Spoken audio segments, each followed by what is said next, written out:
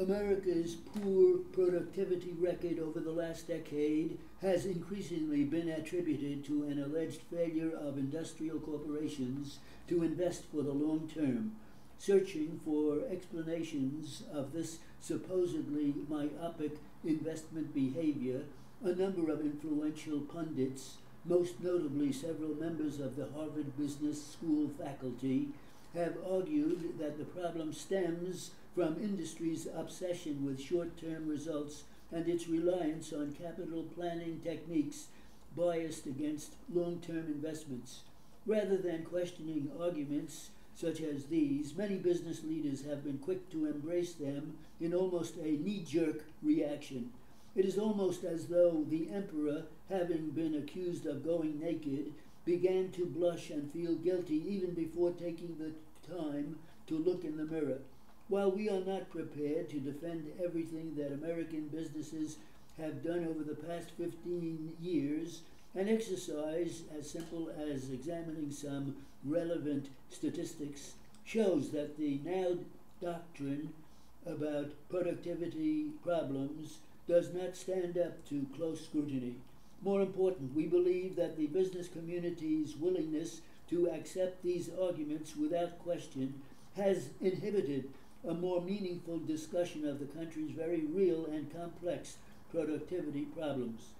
These skewed ideas about productivity had been floating around a few years, but crystallized in the summer of 1980 with the publication of a widely read Harvard Business Review article by Professor Robert H. Hayes and Professor William J. Abernathy.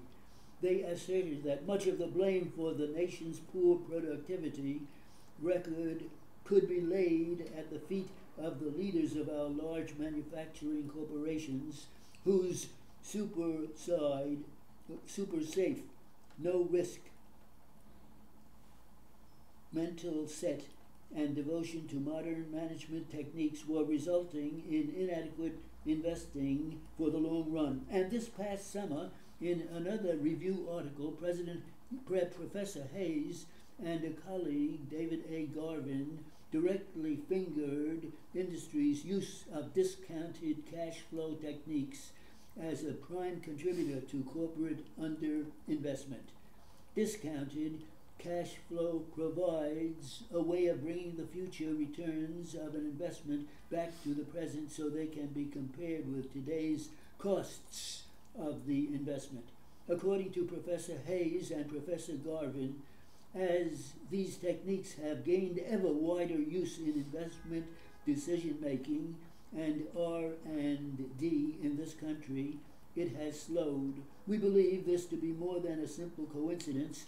Bluntly stated, the willingness of managers to view the future through the reversed telescope of discounted cash flow analysis is seriously shortchanging the futures of their companies.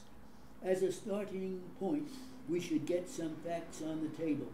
To listen to their critics, you would conclude that most larger manufacturing corporations, particularly the much maligned smokestack industries, such as autos and steel, dramatically reduced their capital spending during the past decade. But the data tell a different and more complicated story. The accompanying table shows that although the overall annual rate of increase in real plant and equipment spending fell from 3.9% in 1947 to 3.6% in 1980, the entire drop was more than accounted for by a much larger cut in the rate of increase among manufacturing companies.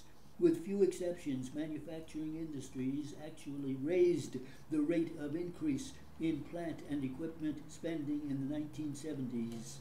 And among non-durable goods manufacturers, the real growth rate was more than quadrupled. In their writings, Messrs. Hayes and Abernathy and Garvin have made much of the fact that the amount of capital per full-time non-farm worker has increased at a slower rate in recent years.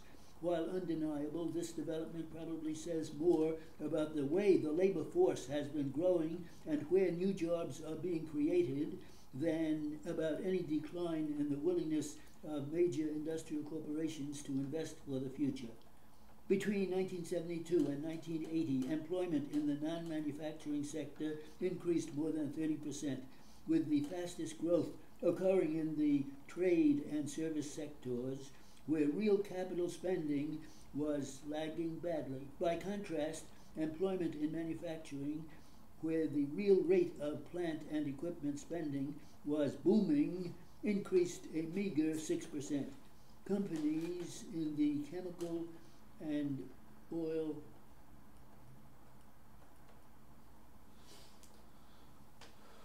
$135. How's that?